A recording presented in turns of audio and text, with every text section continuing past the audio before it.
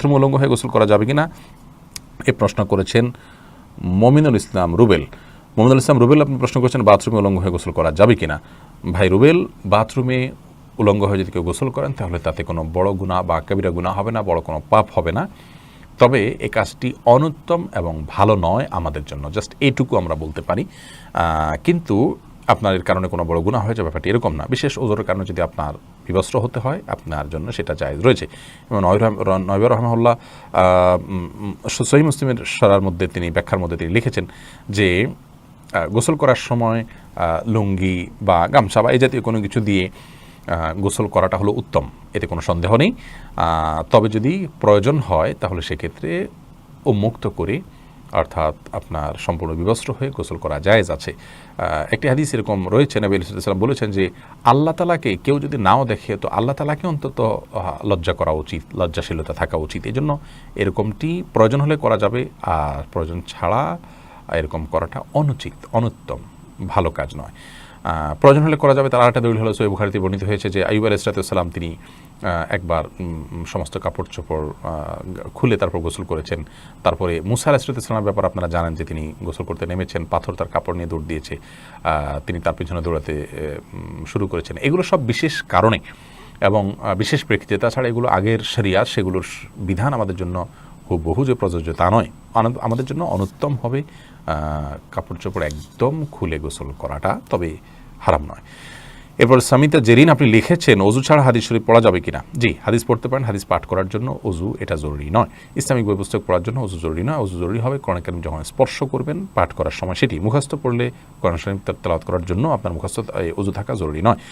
এরপরে মুক্তা চৌধুরী আপনি লিখেছেন মসজিদের পাশে কবর দেওয়ার বিশেষ কোনো ফজিলত আছে কিনা। বোন মুক্তা, মসজিদের পাশে কবর দিলে বিশেষ কোনো উপকারিতা আছে বলে আমার জানা নেই, বরং আমাদের কবরে, আমাদের আখিরাতে, আমাদের আলমে বারজাখে উপকারিতাটি নির্ভর করে আমাদের আমলের উপরে। আপনি যদি ভালো আমল করে যান, আপনার কবর যদি জঙ্গলেও হয়, আপনি যদি কোনো পশুর পেটেও চলে যান, আপনি যদি সমুদ্র নিমজ্জিত হয়ে যান, আল্লাহ আপনার ধ্বংসাবশেষ যেখানে থাকবে সেখানে আল্লাহ রাব্বুল আলামিন আপনার জন্য শান্তির ব্যবস্থা করবেন। আপনি জান্নাতি হিসাবে আল্লাহর কাছে নিবন্ধিত হবেন, আল্লাহর কাছে জান্নাতের মেহমান হিসাবে আপনি আপ্যায়িত হবেন। কিন্তু আপনার যদি আমল খারাপ থাকে তাহলে মসজিদের পাশে কেন, মসজিদের ভেতরে কবর দিলেও কিন্তু তার দ্বারা আপনি উপকার লাভ করবেন না। আব্দুল কাদের লিখেছেন প্রত্যেক মুসলমানের জন্য ইসলামের কতটুকু জ্ঞান থাকা জরুরি। ইসলামের কমপক্ষে যেটুকু না জানলে ইসলামের আপনার মৌলিক বিষয়গুলো আপনি পালন করতে পারবেন না, সেটা জানাটা আপনার জন্য জরুরি। এই জন্য একজন স্কলার তিনি লিখেছেন তালিমুল মুতাআল্লিম নামক কিতাবে, আফজালুল ইলমে ইলমুল হাল ও আফজালুল আমালে হিফজুল হাল, যার অর্থ হলো সবচেয়ে উত্তম ইলম হলো সময়ের ইলমটা অর্জন করা। আপনি যখন বিবাহ করতে যাবেন তখন বিবাহের ইলম শিক্ষা করা ফরজ, যখন আপনি ব্যবসা করতে যাবেন তখন আপনার ব্যবসার ইলম শিক্ষা করা ফরজ। একজন মুসলমানের জন্য ঈমান সম্পর্কিত মৌলিক ইলম অর্জন করাটা ফরজ, সালাত সম্পর্কিত মৌলিক অর্জন করাটা ফরজ, ইসলামের 5টা রোকন সম্পর্কে মৌলিক জ্ঞান অর্জন করা ফরজ। এর বাইরে বান্দার হক, স্ত্রীর হক, স্বামীর হক, মায়ের হক, বাবার হক, সন্তানের হক, এগুলো জানাটা তার জন্য আবশ্যক। আর অতিরিক্ত যেগুলো সেগুলো তিনি জানলে সওয়াব হবে, কিন্তু তার জন্য আবশ্যক নয়। সেটি ফরজে আইন না ফরজে কেফায়া, কেউ না কেউ শিখলেই সবার পক্ষ থেকে ফরজ আদায় হবে। নওসিন আহমেদ আপনি লিখেছেন অনলাইন ব্যবসার ক্ষেত্রে হিজাবের বিজ্ঞাপনে মেয়েদের হিজাব পরে ছবি আপলোড দিলে কি গুনাহ হবে। শরীয়তে পর্দার যে ক্রাইটেরিয়া আছে সেটা মেনটেন করে যদি আপনি করেন সেটা করতে পারেন, তবে এই জাতীয় প্রচারণাগুলো মেয়েদের মধ্যে সীমাবদ্ধ রাখতে পারলে ভালো। বিশেষ করে আপনার আল্লাহ তাআলা যে কোরআনে কারীমে সূরা আহজাবের 3 নম্বর আয়াতে বলেছেন, সূরা আহজাবের 3 নম্বর আয়াতে আল্লাহ তাআলা বলেছেন ফায়াতমাউল্লাযী ফি কলবিহি মারাদ, তোমরা যদি পর্দার বিধান লঙ্ঘন করা তাহলে যাদের অন্তরে রোগ আছে তারা তোমাদেরকে দেখে বাজে চিন্তা করবে, লালায়িত হবে। সূরা নূর 31 নম্বর আয়াতে আল্লাহ তাআলা বলেছেন ওয়ালা ইবদিনা যিনাতাহুন্না ইল্লা মা যাহারা মিনহা, সৌন্দর্য যেন নারীরা প্রকাশ না করে, এই প্রকাশটা যেন না হয় সেই জিনিসটা মাথা রাখতে হবে। অনেকেই আপনার হাত বাইর করে রাখেন, থুতনি বাইর করে রাখেন, বিনা প্রয়োজনে আকৃষ্ট করার চেষ্টা করেন, এগুলো করা উচিত নয়। শরীরের কোনো অঙ্গকে ফুটানোর চেষ্টা করেন, এগুলো করা জায়েজ নয়। এগুলো যদি না করে আপনি পরিপূর্ণ পর্দা মেনটেন করে করতে পারেন সেটা জায়েজ হবে, মেয়েদের মধ্যে সীমাবদ্ধ থাকলে সেটা আরও উত্তম। মেজবাহুল ইসলাম লিখেছেন আর স্বামী স্ত্রী একত্রে নামাজ পড়ার সময় স্ত্রীকে একামত দিবে না। স্বামী স্ত্রী একত্রে যদি জামাতের সাথে সালাত আদায় করেন তাহলে সেক্ষেত্রে স্বামী নিজে একামত দিবেন, তিনি নিজেই ইমামতি করবেন, স্ত্রী একামত দিবেন, স্বামী ইমামতি করবেন, ব্যাপারটা কিন্তু সেরকম নয়। এরপর আব্দুল্লাহ আপনি লিখেছেন কেউ যদি আমার কোনো ক্ষতি করে কিংবা উপকার চাইলে না করে তাহলে তার সাথে আমার ব্যবহার কেমন হওয়া উচিত। কোরআনের সূরা সূরা 40 নম্বর আয়াতে আল্লাহ রাব্বুল আমাদেরকে বলেছেন ফামান আফা ওয়া আসলাহা ফাআজরুহু আলাল্লাহ, যে ব্যক্তি মানুষকে ক্ষমা করে, তার সংশোধন করে, সে আল্লাহর কাছে বিনিময় পাবে। আর যদি কেউ প্রতিশোধ পরায়ণ হয় তাহলে সে আল্লাহর কাছে বিনিময় পাবে না। এবং আল্লাহ তাআলা আরও বলেছেন ওয়ালা মান সাবারা ওয়া গাফারা ইন্না যালিকা লামিন আজমিল উমুর, নিশ্চয়ই যে সবর করবে, মানুষকে ক্ষমা করবে, এটা তার সাহসিকতার একটা বিষয়। নবী আলাইহিস সালামের হাদিস থেকে আমরা জানতে পারি, তিনি বলেছেন যে এরহামু তুরহামু ইগফিরু তুগফারু, তোমরা মানুষকে রহম করো, তোমাদেরকে আল্লাহ রহম করবেন, তোমরা মানুষকে ক্ষমা করো, তোমাদেরকে আল্লাহ ক্ষমা করবেন। আপনি কেন মানুষকে ক্ষমা করবেন? কারণ মানুষকে ক্ষমা করলে আপনি শান্তি পাবেন, আপনি প্রশান্ত হবেন, আপনি নির্ভর হবেন, আপনার টেনশন চলে যাবে। আর কারোর প্রতি ক্ষোভ থাকলে কষ্ট আপনার হবে, আপনি জ্বলে পুড়ে মরবেন, কি দরকার? আপনি আল্লাহর কাছে সওয়াব পাচ্ছেন, আবার আপনার নির্ভরও আপনি হচ্ছেন। মিজানুর রহমান আপনি লিখেছেন শরীরে ট্যাটু আঁকার ব্যাপারে কি বলবেন? এখন দেশে ব্যাপক হারে ট্যাটু বেড়ে গেছে। খুবই গুরুত্বপূর্ণ একটি প্রশ্ন ভাই মিজানুর রহমান। নবী আলাইহিস সালাম অভিসম্পাত করেছেন লানাল্লাহুল ওয়াশিমা ওয়াল মুস্তাওশিমা, যে নিজে কারোর শরীরে ট্যাটু এঁকে দেয় তার প্রতি আল্লাহ লানত বর্ষিত হয়, আর যিনি কাউকে দিয়ে ট্যাটু আঁকায় তার প্রতি আল্লাহ তাআলা লানত বর্ষিত হয়। এই জন্য এই কাজটা খুব জঘন্য এবং ভয়াবহ অপরাধ। আপনি দেখবেন পৃথিবীতে অনেক বড় বড় খেলোয়াড়ের গায়ে ট্যাটু আছে, অনেক বড় বড় তথাকথিত সেলিব্রিটিদের গায়ে ট্যাটু আছে। যে কাজে আল্লাহর অভিসম্পাত হয়, শয়তান সে কাজটা করায় এবং শয়তান তাদেরকে এফোর্ট দেয়।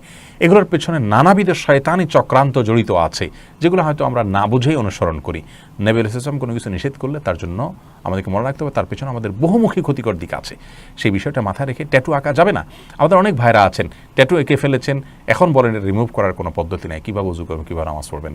এটি যেমন একটি সমস্যা, তেমনিভাবে এটি আমাদের স্বাস্থ্যের জন্যও ভালো নয়, ঈমান আমলের জন্য ভালো নয়, সুস্পষ্টভাবে হারাম। মুসলমানের সন্তান যা পাবে তাই গ্রহণ করবে, এটা তার জন্য কখনো শোভনীয় নয়। বিধায় এরকম চরিত্র থেকে, এরকম মানসিকতা থেকে আমাদেরকে দূরে থাকার আপ্রাণ চেষ্টা করতে হবে। আল্লাহ তাআলা আমাদেরকে তৌফিক দান করুন। এরপরে প্রশ্ন করেছেন মোহাম্মদ সাকিব আহমেদ, আপনি লিখেছেন বিকাশ কাস্টমার কেয়ারে চাকরি করা কি জায়েজ হবে? বিকাশ কাস্টমার কেয়ারের কাজ কি কি বিস্তারিত আমার জানা নেই, যার কারণে আমি আপনাকে বলতে পারছি না যে এখানে চাকরি করা সম্পূর্ণ জায়েজ হবে। যদি আপনি সেখানে বসে কোনো হারাম কাজ সরাসরি করতে না হয়, আপনি আপনার কাস্টমারদের সাধারণ সার্ভিস দেন, সেখানে আপনার হারাম কোনো কিছু না হয়, তাহলে সেক্ষেত্রে আপনার জন্য চাকরি করা জায়েজ আছে। কী করছেন সেটা হলো মূল বিষয়, সেটা আপনি নিজে জানার চেষ্টা করবেন, তারপর ইনশাআল্লাহ আপনি সেটার উপরে আমল করবেন। তাহের নূর আপনি লিখেছেন কেউ কি এমন ওসিয়ত করতে পারবে অমুক ব্যক্তি আমার জানাজা যেন শরিক না হয়, এক্ষেত্রে শরীয়তের বিধান কি? এই প্রশ্ন অনেকেরই, আমাদের অনেক ভাই বোন মৃত্যুর আগে, এই যে একটু আগে একটা প্রশ্ন উত্তর দিয়ে আমরা বললাম যে ক্ষোভ নয় ক্ষমা করুন, এই শিক্ষা ইসলাম আমাদেরকে দিয়েছে। আমরা ক্ষোভ রাখি, আচ্ছা আমরা ক্ষোভটা কেন রাখি? আমরা অনেককে মনে করি যে তুমি আমার প্রতি অবিচার করছো, কিয়ামত দিন আমি দেখে ছাড়বো, আমি চিন্তা করছি জান্নাতে যাওয়ার তো আর কোনো উপায় নাই, একে আটকালে বোধ হয় এর আমল দিয়ে আমি জান্নাতে যাবো। আমল দিয়ে তো জানা যেতে পারবেন না, জান্নাতে যেতে হলে ছাড় লাগবে, ছাড়, আমল নয়। আমল কয়টা করতে পারবেন আপনি? আপনার অসংখ্য অপরাধ আছে, আল্লাহ পাকড়াও করলে আপনি যেতে পারবেন না। তো আপনি যদি ছাড় চান, মানুষকে ছাড় দিতে শিখুন, মানুষকে ছাড় করলে আল্লাহ আপনাকে ছাড় দিবে। অতএব অমুক যেন আমার জানাজা শরিক না হয়, এটা বলা উচিত নয়। আপনি কিভাবে জানেন যে কার দোয়া কবুল হবে না হবে? যাকে আপনি বলছেন সেই জন্য আমার জানাজা শরিক না হয়, হতে পারে ওই ব্যক্তি জানাজাতে আপনার জন্য যে দোয়া করবেন, জানাজা তো নামাজ তো দোয়া মুর্দার জন্য, ওই দোয়া আল্লাহর কাছে কবুল হয়ে যাবে, আপনার তো দোয়া দরকার। অতএব এটা আমাদের অজ্ঞানতা সুলভ বদদোয়া বা ওসিয়ত, এরকম ওসিয়ত আমাদের করা উচিত নয়। এরপর সাইদুল ইসলাম সাইদ লিখেছেন বাংলাদেশে প্রচলিত শরিয়া ভিত্তিক ব্যাংকগুলো কতটা গ্রহণযোগ্য? বিষয়ে আমাদের অনেকগুলো বক্তব্য আছে, সেগুলো দেখবেন। বাংলাদেশে প্রচলিত মুসলমানরা কতটা গ্রহণযোগ্য মুসলিম, আপনি এর উত্তরে বলবেন আমরা নিজেরা কতটা গ্রহণযোগ্য মুসলিম। আমরা যেরকম ভেজাল মুসলিম, আমাদের ব্যাংকগুলো এরকম ভেজাল এবং ভালো মিশ্রিত ব্যাংক। এর মধ্যে আপনি নিজে যেরকম ভালো হওয়ার চেষ্টা করছেন, তারাও ভালো হওয়ার চেষ্টা করছে।